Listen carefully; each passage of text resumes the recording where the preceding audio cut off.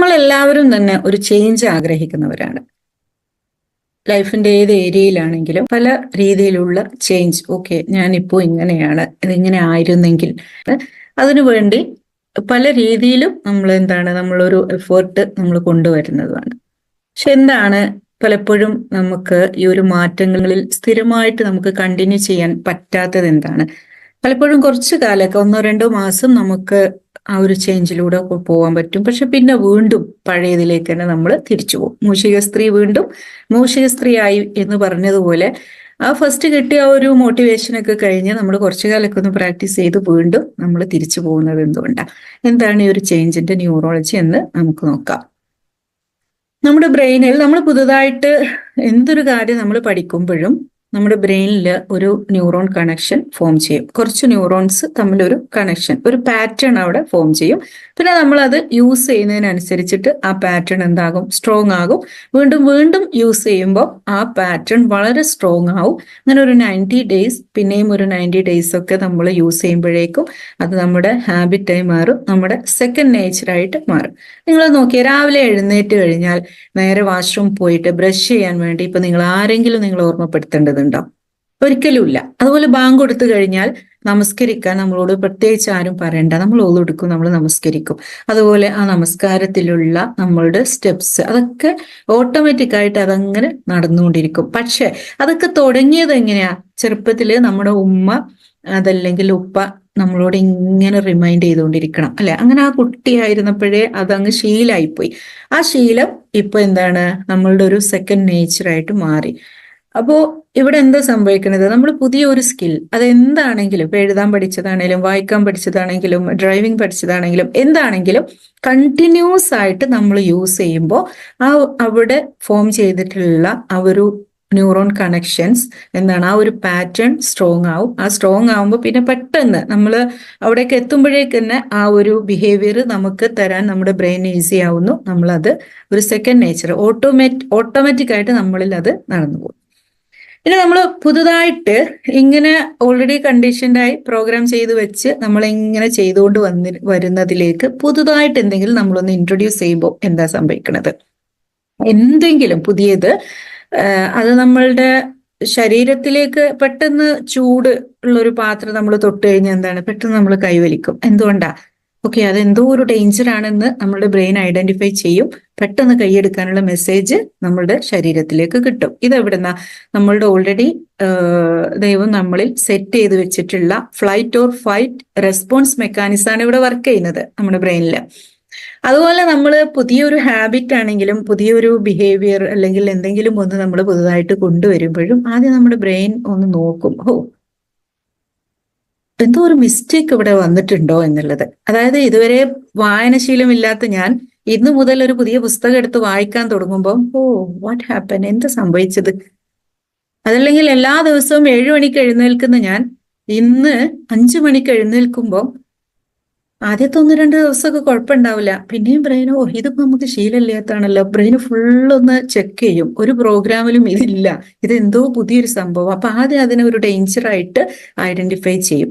നമുക്ക് കിട്ടിയ ഒരു മോട്ടിവേഷനൊക്കെ വെച്ച് അതിനെ ആ റെസ്പോൺസ് സിസ്റ്റം അതിനെ കിക്ക് ചെയ്യുന്നതിന് നമുക്ക് എന്ത് ചെയ്യും? കുറച്ചു കാലമൊക്കെ നമുക്ക് മെയിൻറ്റെയിൻ ചെയ്ത് പോകാൻ പറ്റും. പക്ഷെ ചിലപ്പോൾ ഒരാഴ്ച അല്ലെങ്കിൽ 2 ആഴ്ച, ചില ബിഹേവിയർ ഒക്കെ ആണെങ്കിൽ 1 മാസം 2 മാസം ആകുമ്പോഴേക്കും പിന്നെ നമുക്ക് കഴിയില്ല അതിനെ മെയിൻറ്റെയിൻ ചെയ്ത് കൊണ്ടുപോകാൻ. അത് കിക്ക് ഔട്ടായി. പ്രത്യേകിച്ച് ഒരു എഫേർട്ടൊന്നും നമ്മൾ എടുത്തിട്ടില്ലെങ്കിൽ അത് പോയിട്ടുണ്ടാവും. അതുകൊണ്ടാണ് ജനുവരിയിൽ നമ്മൾ എഴുതി വെക്കുന്ന ഒരുപാട് ലിസ്റ്റ് ഫെബ്രുവരി മാർച്ച് ഒക്കെ ആകുമ്പോഴേക്കും പോകും. പിന്നെയും സെയിം അടുത്ത ജനുവരിയിൽ 2024 ജനുവരിയിൽ വീണ്ടും നമ്മൾ എഴുതേണ്ട ഒരു അവസ്ഥ നമുക്ക് ഉണ്ടാവുന്നത്. നമുക്ക് ഒരുപാട് നിങ്ങളുടെ ലൈഫിൽ പലതും നിങ്ങൾ ഇതൊക്കെ പ്രാക്ടീസ് ചെയ്തിട്ടുണ്ടാവും. എന്നാൽ ചിലരെ സംബന്ധിച്ചിടത്തോളം അവര് പിന്നെ എന്തെങ്കിലും ഒന്ന് പുതുതായിട്ട് ഇൻട്രൊഡ്യൂസ് ചെയ്യും. അത് വളരെ കൃത്യമായിട്ട് അവർ പ്രാക്ടീസ് ചെയ്ത് പോകും. അവർക്കത് മെയിൻറ്റെയിൻ ചെയ്ത് പോകാൻ പറ്റും. കാരണം വേറുള്ളതിലേക്കൊന്നും ഫോക്കസ് ചെയ്യില്ല, അതിലേക്ക് മാത്രം ഫോക്കസ് ചെയ്തിട്ട്. പക്ഷെ നമ്മളുടെ ഇമോഷൻസ് അതുപോലെ നമ്മുടെ ബിഹേവിയറിലൊക്കെ നമ്മൾ കൊണ്ടുവരുന്ന മാറ്റങ്ങളെ നമുക്ക് കീപ്പ് ചെയ്യണമെങ്കിൽ വളരെ കോൺഷ്യസ് ആയിട്ടുള്ള ഒരു എഫേർട്ട് തന്നെ നമുക്കതിൽ കൊണ്ടുപോകേണ്ടതുണ്ട്. ഇതെന്തുകൊണ്ടാണ്? കാരണം നമ്മുടെ മൈൻഡ് ഓൾറെഡി കണ്ടീഷൻഡ് ആണ്, അല്ലെ? നമ്മൾ പറഞ്ഞു എല്ലാ പ്രോഗ്രാംസ് ഓൾറെഡി പ്രോഗ്രാംഡ് ആണ്. നമ്മുടെ ബ്രെയിൻ ഓൾറെഡി പ്രോഗ്രാംഡ് ആണ്. എവിടുന്നാ ഈ പ്രോഗ്രാംസ് കിട്ടിയത്? നമ്മള് നമ്മുടെ ലൈഫിൽ നിന്ന്, നമ്മുടെ ജീവിതത്തിൽ നമ്മൾ കണ്ടും അറിഞ്ഞും കേട്ടും ഒക്കെ പഠിച്ച, നമ്മുടെ ജീവിത സാഹചര്യങ്ങളിൽ നിന്ന് നമ്മൾ പഠിച്ച കാര്യങ്ങളാണ്. അതിലൂടെയാണ് നമ്മൾ പ്രോഗ്രാം ചെയ്യപ്പെട്ടിട്ടുള്ളത്. നമ്മുടെ സ്വഭാവങ്ങൾ, നമ്മുടെ ഹാബിറ്റ്സ്, നമ്മുടെ ബിലീഫ്സ്, നമ്മുടെ വാല്യൂസ്, ആറ്റിറ്റ്യൂഡ്സ്, അതുപോലെ നമ്മുടെ പ്രിഫറൻസ്, നമ്മുടെ കംഫർട്ട് സോൺ, നമ്മൾ എങ്ങനെയാണ് റെസ്പോണ്ട് ചെയ്യുന്നത്, എല്ലാം ഓൾറെഡി നമുക്കൊരു പാറ്റേൺ ഉണ്ട്. ഇതിനൊക്കെ ഓൾറെഡി നമ്മുടെ ബ്രെയിനിൽ ഒരു പാറ്റേൺ ഉണ്ട്. അപ്പൊ ഈ ഒരു പാറ്റേൺ അല്ലെങ്കിൽ ഈ ഒരു പ്രോഗ്രാംസ് എന്താണ്, ഡയറക്റ്റ്ലി നമ്മുടെ ലൈഫിനെ ഇമ്പാക്ട് ചെയ്യും. അതനുസരിച്ചല്ലേ നമ്മൾ വർക്ക് ചെയ്യുക. അപ്പൊ അത് നമ്മുടെ ലൈഫിനെ ഇമ്പാക്ട് ചെയ്യും. നമ്മുടെ quality of our life, totally നമ്മുടെ ലൈഫിന്റെ ക്വാളിറ്റിനെ ഡിറ്റർമിൻ ചെയ്യുന്നത് ഈ പ്രോഗ്രാംസ് ആണ്. ഞാൻ എങ്ങനെയാണ് ചിന്തിക്കുന്നത്, ഞാൻ എങ്ങനെയാണ് കാര്യങ്ങൾ മനസ്സിലാക്കുന്നത്, ഓരോ കാര്യങ്ങളും ഞാൻ എങ്ങനെയാണ് എടുക്കുന്നത്, എൻ്റെ പെർസെപ്ഷൻ എന്താണ്, അതുപോലെ എൻ്റെ ഹാബിറ്റ്സ് എന്താണ്, എൻ്റെ റെസ്പോൺസ് സിസ്റ്റം എങ്ങനെയാണ്, ഇതാണ് എൻ്റെ ലൈഫിന്റെ ക്വാളിറ്റി. എന്തൊക്കെയാണ് എന്നെ സന്തോഷിപ്പിക്കുന്നത്, എന്തൊക്കെയാണ് എനിക്ക് സ്ട്രെസ് ഉണ്ടാക്കുന്നത്, എന്തൊക്കെയാണ് എൻ്റെ മനസ്സിന്റെ സമാധാനം കളയുന്നത്, ഇതെല്ലാം എന്താണ് നമ്മുടെ ലൈഫിന്റെ ക്വാളിറ്റി തന്നെ നിശ്ചയിക്കുന്നത് എന്താണ്, എൻ്റെ ഉള്ളിലുള്ള പ്രോഗ്രാംസ് ആണ്. അല്ലാതെ എൻ്റെ ചുറ്റുപാടും നടക്കുന്ന കാര്യങ്ങളല്ല എൻ്റെ ലൈഫിന്റെ ക്വാളിറ്റി നിശ്ചയിക്കുന്നത്. പക്ഷെ ഇവിടെ നമുക്കൊരു പ്രതീക്ഷയുള്ളത് എന്താണ്, ഈ പ്രോഗ്രാംസിനൊക്കെ നമുക്ക് എന്ത് ചെയ്യാൻ പറ്റും, ഐഡന്റിഫൈ ചെയ്ത് നമുക്ക് ചേഞ്ച് ചെയ്യാൻ പറ്റും. എവിടൊക്കെയാണ്, ഏതൊക്കെ ഏരിയകളിലാണ് വളരെ വീക്ക് ആയിട്ടുള്ള പ്രോഗ്രാമിംഗ് നടന്നിട്ടുള്ളത്, അതല്ലെങ്കിൽ എനിക്ക് പ്രശ്നങ്ങൾ ഉണ്ടാക്കുന്ന, സ്ട്രെസ് ഉണ്ടാക്കുന്ന പ്രോഗ്രാമിങ്സ് ഏതൊക്കെ ഏരിയയിലാണ് നടന്നിട്ടുള്ളത് എന്ന് ഐഡന്റിഫൈ ചെയ്ത് അതിനെ ചേഞ്ച് ചെയ്യാൻ നമുക്ക് കഴിയും. അതിനെ ചേഞ്ച് ചെയ്യുന്നതോടുകൂടി തന്നെ നമ്മുടെ ലൈഫിന്റെ ഒരു ക്വാളിറ്റിയിൽ നമുക്ക് വലിയ ചേഞ്ചസ് കൊണ്ടുവരാൻ നമുക്ക് പറ്റും. അതിനുവേണ്ടി ഓൾറെഡി ഉണ്ടായിട്ടുള്ള ഒരു പാറ്റേൺ ഐഡന്റിഫൈ ചെയ്യുക, അതിനു പകരം പുതിയ പാറ്റേൺ നമ്മൾ ഇൻട്രൊഡ്യൂസ് ചെയ്യുക. ഈ പുതിയ പാറ്റേണിനെ നമ്മൾ എന്ത് ചെയ്യണം, കണ്ടിന്യൂസ് ആയി പ്രാക്ടീസ് ചെയ്ത് അത് നമ്മുടെ ഒരു ഹാബിറ്റാക്കി മാറ്റണം. അത് നമ്മളുടെ ഒരു സെക്കൻഡ് നേച്ചറാക്കി നമുക്ക് മാറ്റാൻ കഴിയണം.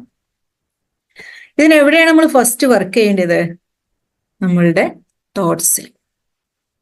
ആദ്യം വർക്ക് ചെയ്ത് നമ്മൾ ഫസ്റ്റ് നമ്മുടെ പണി തുടങ്ങേണ്ടത് എവിടെയാ, വണ്ടി വർക്ക്ഷോപ്പിൽ കയറ്റി കഴിഞ്ഞാൽ നമ്മുടെ മനസ്സിനെ നമ്മൾ വർക്ക്ഷോപ്പ് കയറ്റാൻ പോവാം. നമ്മൾ ഓരോരുത്തരെയും വർക്ക്ഷോപ്പ് കയറ്റാൻ പോവാ.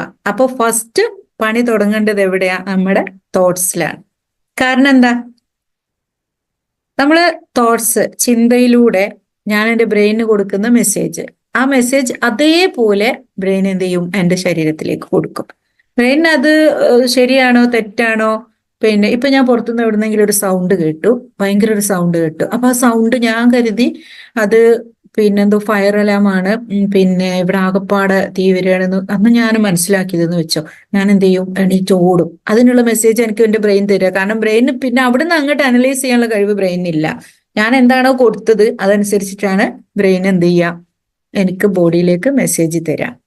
നേരെ മറിച്ച് ആ സൗണ്ട് കേട്ടത് ഒന്നുകൂടെ ഒന്ന് കേട്ടത് എന്താന്നുള്ളത് മനസ്സിലാക്കി ആ ഒരു ടൈമിങ് കൊടുത്ത്, ഓക്കെ ഇന്ന കാര്യങ്ങളാണ്, ഇപ്പോ എനിക്ക് ഇവിടുന്ന് എണീറ്റ് ഓടേണ്ട ആവശ്യമൊന്നുമില്ല, അതവിടെ ടെസ്റ്റിന് വേണ്ടിയിട്ട് കൊടുത്തതാണ് എന്നാണ് ഞാൻ മനസ്സിലാക്കിയതെന്നുണ്ടെങ്കിൽ ആ മെസ്സേജാണ് ഞാൻ എൻ്റെ ബ്രെയിൻ എൻ്റെ ശരീരത്തിലേക്ക് കൊടുക്കുക. കാമായിരിക്കും, റിലാക്സ്ഡ് ആയിരിക്കും. അപ്പൊ ഒരു വ്യത്യാസം, നമ്മുടെ തോട്ട്സിന് അതുപോലെ തന്നെ കണ്ടിന്യൂസ് ആയിട്ട് നമ്മൾ കൊടുക്കുന്ന ഈ ഒരു തോട്ട്സ്, അത് ടാൻജിബിൾ റിസൾട്ട് ആയിട്ട് നമ്മളുടെ ജീവിതത്തിലേക്ക് കൊണ്ടുവരാനുള്ള ഒരു കഴിവ് നമ്മൾക്ക് അത് അങ്ങനെ ആയിട്ട് വരും. കാരണം എന്താ വെച്ചാൽ കണ്ടിന്യൂസ് ആയിട്ട് എൻ്റെ ബ്രെയിൻ അതിനു വേണ്ടിയിട്ടാണ് എന്നെ കൊണ്ട് പണിയെടുപ്പിക്കുക.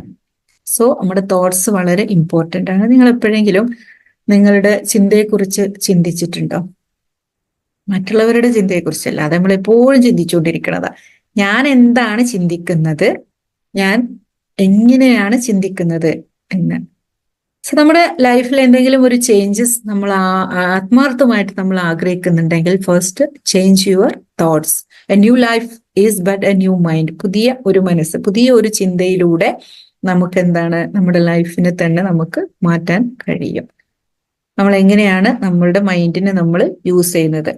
ഇവിടെ നെഗറ്റീവ് തോട്ട്സ് ഉണ്ടാവും, പോസിറ്റീവ് തോട്ട്സ് ഉണ്ടാവും. നെഗറ്റീവ് പോസിറ്റീവ് എന്ന് നമ്മൾ നെഗറ്റീവ് എന്ന് ഒന്നിനെയും പറയാൻ പാടില്ല എന്നാണ് ഇപ്പോൾ പോസിറ്റീവ് സൈക്കോളജിയിൽ പറയുന്നത്. പക്ഷെ എന്നാലും നമുക്ക് അതിനെ വളരെ കോംപ്ലിക്കേറ്റഡ് ആയിട്ടുള്ള വാക്കുകൾ ഒഴിവാക്കാനും നമുക്ക് പെട്ടെന്ന് മനസ്സിലാക്കാനും വേണ്ടിയിട്ട് നമുക്ക് പോസിറ്റീവ് നെഗറ്റീവ് തന്നെ നമുക്ക് യൂസ് ചെയ്യാം. സോ ഒരിക്കലും ഈ ഒരു രണ്ട് തോട്ട്സും ഒരേ സമയം ഉണ്ടാവില്ല. ഏതെങ്കിലും ഒന്ന് എപ്പോഴും ഡോമിനേറ്റ് ചെയ്ത് നിൽക്കും. അപ്പൊ ഇതില് പോസിറ്റീവ് തോട്ട്സ് ഡോമിനേറ്റ് ചെയ്ത് നിൽക്കുന്ന സമയത്ത് നമുക്ക് എന്താ ഫീലിംഗ് ഉണ്ടാവുക? നമ്മൾ ഹാപ്പി ആയിരിക്കും, നമ്മൾ മോട്ടിവേറ്റഡ് ആയിരിക്കും, എനർജറ്റിക് ആയിരിക്കും, അല്ലെ? എന്നാൽ നെഗറ്റീവ് തോട്ട്സ് ഡോമിനേറ്റ് ചെയ്ത് നിൽക്കുന്ന സമയത്ത് എന്തൊക്കെ ഫീലിങ്സാണ് നമുക്ക് ഉണ്ടാവുക? നമുക്ക് സാഡ് ആവും, ചിലപ്പോൾ ദേഷ്യം വരും, അതുപോലെ ആങ്സൈറ്റി ഉണ്ടാകും, നമുക്ക് ഇറിറ്റേഷൻ ഉണ്ടാകും, പ്രയാസങ്ങൾ ഉണ്ടാകും, ഒരു സമാധാനം ഒന്നും ഇല്ലാത്തൊരവസ്ഥയായിരിക്കും ഈ നെഗറ്റീവ് തോട്ട്സ് ഡോമിനേറ്റ് ചെയ്ത് നിൽക്കുക. അപ്പൊ നെഗറ്റീവ് തോട്ട്സിനെ നമുക്ക് എന്ത് പറയാം? നമ്മളുടെ ഒരു സമാധാനത്തെയും സന്തോഷത്തെയും കാംനെസ്സിനെയും ഒക്കെ നഷ്ടപ്പെടുത്തുന്ന തോട്ട്സിനെ എന്ത് ചെയ്യാം? നമുക്ക് നെഗറ്റീവ് തോട്ട്സ് എന്ന് വിളിക്കാം. അപ്പൊ ഇതിൽ ഏതാണ് ഡോമിനേറ്റ് ചെയ്ത് നിൽക്കുന്നത് നമ്മളുടെ മൈൻഡിൽ, അതിനനുസരിച്ചിട്ടാണ് നമ്മളുടെ ഫീലിങ്സും ഇമോഷൻസും അതനുസരിച്ചുള്ള ബിഹേവിയർ ഒക്കെ നമുക്ക് ഉണ്ടാവുക. സോ നമ്മൾ എന്ത് ചെയ്യണം? നമ്മളെ തോട്ട്സിനെ നമ്മൾ എംപവർ ചെയ്യണം. നമ്മുടെ തോട്ട്സിനെ എംപവർ ചെയ്ത് നമ്മൾ അതിനൊരു പോസിറ്റീവിലേക്ക് നമുക്ക് ട്രാൻസ്ഫോം ചെയ്യാൻ നമുക്ക് കഴിയണം. സോ നമ്മൾ എന്തൊക്കെയാ ചിന്തിച്ചു കൂട്ടുന്നത് എന്ന് ഞാൻ തന്നെ ചിന്തിച്ചു കഴിഞ്ഞാൽ മറ്റുള്ളവർ ചിലപ്പോൾ ശ്രദ്ധിക്കുന്നുണ്ടാവും, ഇവൾ എന്തൊക്കെയാ ചിന്തിക്കണം എന്നുള്ളത്. പക്ഷെ എപ്പോഴും എന്റെ മനസ്സിലുള്ള ചിന്ത മറ്റുള്ളവർക്ക് അറിയില്ലല്ലോ. സോ ഞാൻ എന്ത് ചെയ്യണം? എന്റെ ചിന്തകളെ ഒന്ന് അനലൈസ് ചെയ്യണം.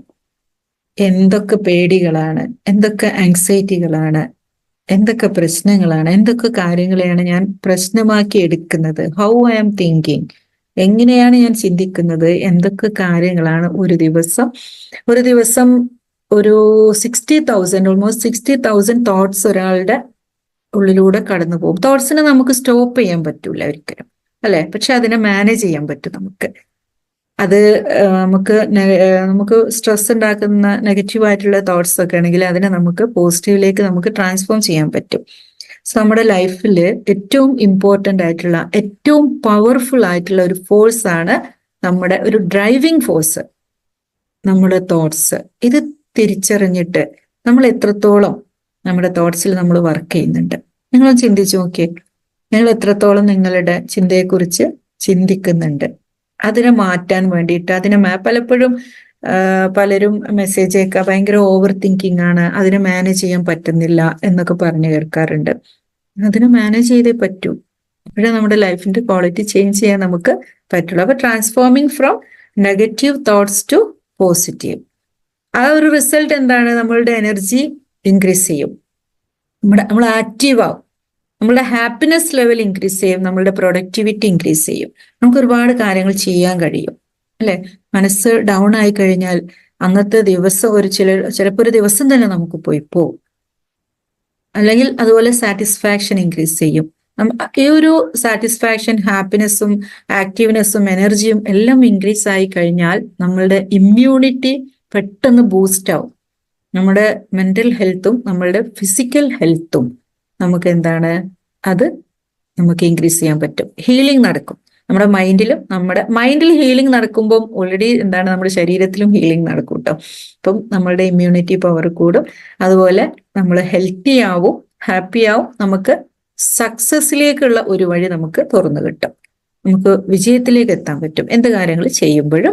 അതുപോലെ നമ്മുടെ റിലേഷൻഷിപ്പിനൊക്കെ വളരെ നല്ല രീതിയിൽ മാനേജ് ചെയ്യാൻ അപ്പോൾ നമുക്ക് കഴിയും. ഇപ്പോൾ ഇതിലൊക്കെ എവിടെയെങ്കിലും നമുക്ക് പ്രശ്നങ്ങൾ ഉണ്ടെങ്കിൽ, ഒരു മെന്റൽ ഹെൽത്തിന് വളരെയധികം ചാലഞ്ചസ് നമുക്ക് അനുഭവപ്പെടുന്നുണ്ടെങ്കിൽ, അല്ലെങ്കിൽ നമ്മുടെ റിലേഷൻഷിപ്പിൽ നമുക്ക് വല്ലാതെ ചാലഞ്ചസ് വരുന്നുണ്ടെങ്കിൽ, നമ്മുടെ ഒരു ആക്റ്റീവ് ആയിട്ടുള്ള ടൈം, എനർജി, കുട്ടികളെ ഒന്നും ശരിക്കും നോക്കാൻ കഴിയണില്ല, അല്ലെങ്കിൽ നമ്മളുടെ ഒരു ഡ്യൂട്ടീസ്, റെസ്പോൺസിബിലിറ്റീസ് ഒന്നും ചെയ്യാൻ പറ്റുന്നില്ല, കൂടെയുള്ളവരോടൊന്നും നല്ല രീതിയിൽ പെരുമാറാൻ പറ്റുന്നില്ല, എന്തൊക്കെയാണ് നിങ്ങളുടെ പ്രശ്നങ്ങൾ എങ്കിൽ ചുറ്റുമുള്ളവരൊക്കെ നമുക്ക് അങ്ങ് മാറ്റി നിർത്താം. എന്തൊക്കെ പ്രശ്നങ്ങൾ ലൈഫിൽ ഉണ്ടായിക്കോട്ടെ അതൊക്കെ നമുക്ക് അങ്ങ് മാറ്റി നിർത്താം. നിങ്ങളിലേക്ക് തിരിച്ചു വന്ന് ഓരോ ഏരിയയിലും നമ്മൾ വർക്ക് ചെയ്ത് കഴിഞ്ഞാൽ നമുക്കൊരു 90%, നമ്മൾ ഫസ്റ്റ് പറഞ്ഞില്ലേ 10% ആണ് ഔട്ട്സൈഡ് അതിന് പവർ ഉള്ളത്, ആ ഈ 90%ഉം നമുക്ക് നമ്മളുടെ കൺട്രോളിലേക്ക് നമുക്ക് വരാൻ പറ്റും. അപ്പൊ ഇനി എങ്ങനെയാണ് തോട്ട്സ് മാനേജ് ചെയ്യുക എന്ന എക്സർസൈസിലേക്ക് പോകുന്നതിന് മുമ്പ് ചെറിയ ഒരു വർക്ക് തരാം. ഞാൻ 10 പ്ലാന്റ്സ് തരും, 10 പ്ലാന്റ്സ് തരും. അത് നിങ്ങളുടെ വീടിന്റെ മുറ്റത്ത് നിങ്ങൾ എന്ത് ചെയ്യണം? പ്ലാന്റ് ചെയ്യണം. 5 ലൈനിലായിട്ട്, ഓരോ ലൈനിലും 4 പ്ലാന്റ് വീതം വേണം.